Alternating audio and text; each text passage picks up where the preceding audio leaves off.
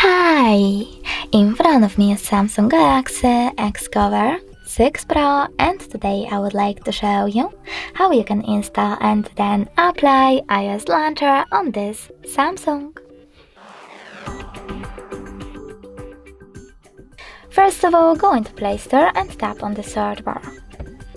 Now type in iOS Launcher and get this free app from this developer.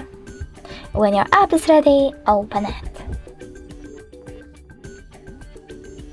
Then select while using the app or only this time and choose Allow.